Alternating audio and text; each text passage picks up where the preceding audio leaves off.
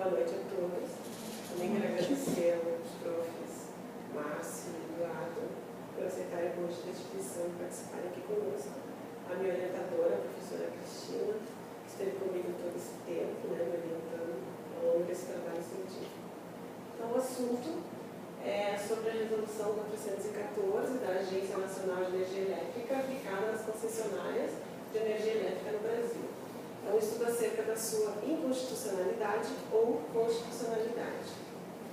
O que me levou a fazer o trabalho científico nesse aspecto foi porque eu trabalho, vai fazer 13 anos na Rio Grande Energia e participei já de 5 anos de audiências, defendendo sempre a ideia da empresa como um todo.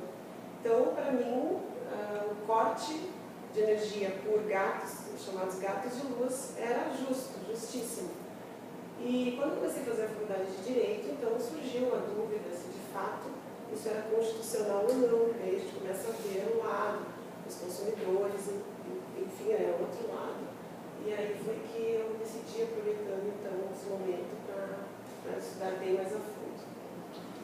Problemas encontrados ao longo dessa pesquisa foi porque não existe muita bibliografia, né? Não existe bibliografia. Então, ele foi, em certo ponto, quando a gente chegou mesmo nesse aspecto, teve bastante pesquisas na internet.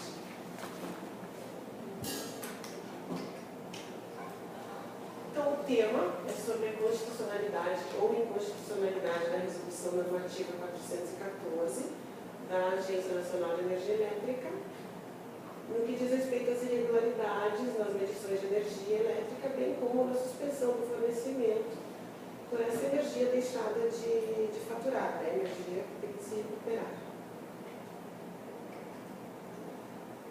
E o problema é que, apesar dos prazos que a resolução ela passa para o consumidor para que ele ingresse com recurso administrativo, recurso na AGEBS ou na ANEEL, se de fato ela não está ferindo a Constituição Federal, se está realmente dentro do que a Constituição quer e permite, né?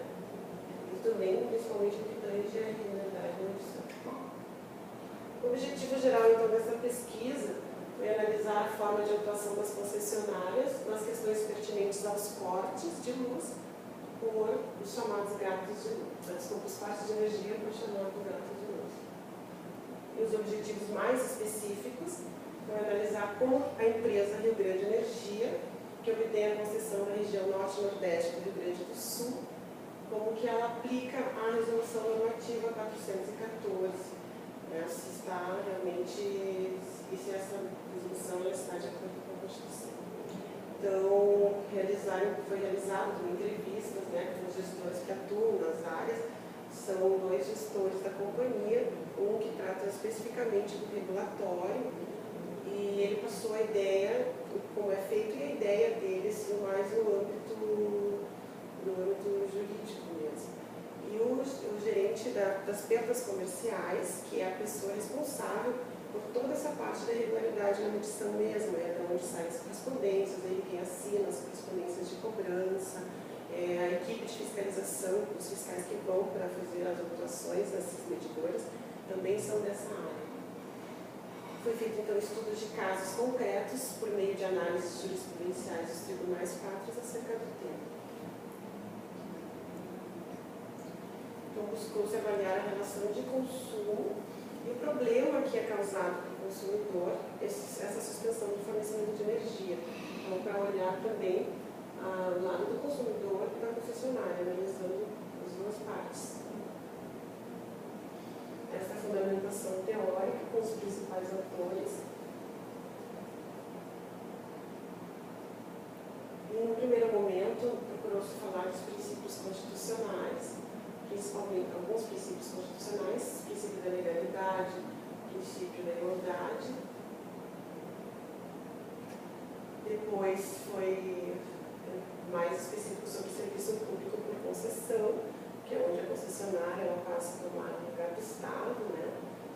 Consumidor, fornecedor e consumo, buscou-se então dar a ideia de que cada parte é dentro de uma relação de consumo, e também sobre a descontinuidade do serviço público, que isso pode causar a ideia de tanto contra e a favor, interesse da coletividade.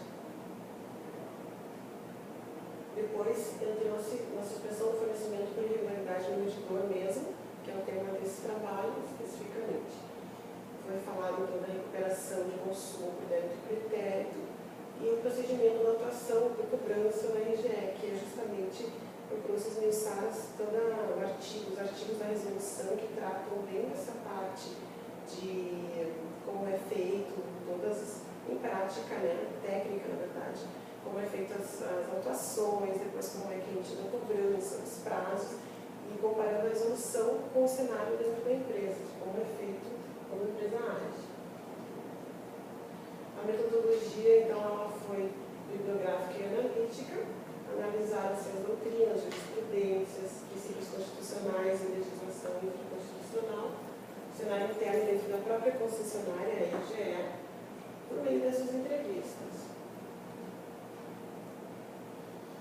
Chegou-se então à conclusão, para responder aquele questionamento do início, do aspecto se a Resolução 414 de 2010, ela, na verdade, ela não prevê a suspensão por irregularidade sem emissão de fatura para pagamento.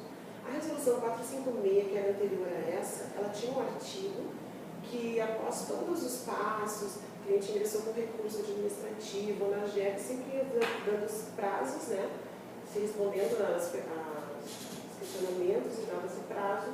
E aí, quando extinguia todos esses prazos, ela previa a suspensão do fornecimento após reaviso. Tinha um artigo e era encaminhada uma carta para o consumidor informando que, se não houvesse a negociação do débito até tal data, poderia haver a suspensão do fornecimento e, de fato, era suspenso. Hoje, a nova resolução não prevê. Ela acaba onde emite-se a fatura para o consumidor, como, inclusive, dá 5 dias, se o consumidor reclamar daquela fatura, deve ser emitir outra fatura. Então, ela não prevê hipótese alguma suspensão. Então, a resolução ela está de acordo com a Constituição Federal. Porém, a empresa de energia, com outras concessionárias também, elas suspendem o fornecimento. Elas mandam uma carta parecida com a que mandavam na 456, porém não colocam no artigo, porque não tem, né, não existe, e suspendem. Então, a resolução está de acordo, mas as concessionárias, a maioria delas, não.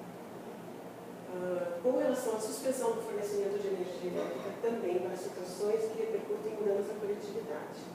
Isso eu estou falando especificamente das clínicas que atendem a população, algum local assim, que se for suspenso o fornecimento, não está causando um dano só para aquele ambiente, para aquela clínica, mesmo que particular, e sim para as pessoas que procuram, que precisam daquele local também. Então isso acaba ferindo a Constituição, a questão da dignidade humana, porque foi bem comentado, né, no trabalho, porque a dignidade humana é ter a energia elétrica, aliás, desculpa, ter a vida que precisa da energia elétrica, da água, aqueles bens necessários. Nos casos em que há furto de energia por empresas que não se enquadram no conceito do consumidor final, nesse aspecto, conclui-se que realmente é necessário suspensão do fornecimento. Isso são exemplo de, nós temos em Caxias do Sul, várias regiões, temos aqui em Caxias, tipo uma empresa que ela furta energia da rede. Aí eu acredito que seja furta energia diretamente da rede, sem passar por nenhum medidor. De que forma é feito já não pode ser por baixo, subterrâneo, por cima. Redistribui, uma gambiarra, para olhar a fração, e redistribui essa energia e cobra por ela e não repassa a concessionária. Então, nesse caso, realmente, até porque acaba tendo risco de morte para as pessoas, para os vizinhos, para quem está utilizando essa energia. Então, nesse caso, é necessário a suspensão do fornecimento, então acaba não ferindo a Constituição. É um caminho inverso. Né? E uma outra questão que eu acredito assim, que as concessionárias em si, elas deveriam tomar uma precaução, não de repente só agir dessa forma, tipo, encontra uma irregularidade, suspende o fornecimento, e sim arrumar de forma que esses medidores não fiquem expostos. Não fiquem assim, em vez de investir tanta verba em correr atrás do prejuízo, fazer uma ação antes do problema, né? E a pesquisa então foi muito importante para a compreensão de que também não é aquela questão assim, ó, de repente vai dizer assim, totalmente a favor do inadimplente, não é isso. porque o que se entende é que o corte ele é muito coercitivo, ele é muito radical. Não existem outras formas de cobrança que não a suspensão de fornecimento, que pode ser aplicada, né? Então é nesse sentido que se entendeu. Todo aquele pensamento, que acho que tem tudo a ver, não é nem com o tema do trabalho em si, mas eu acredito que com tudo que a gente busca lidar, né? Então o descontentamento é o primeiro passo na evolução de um homem ou de uma nação.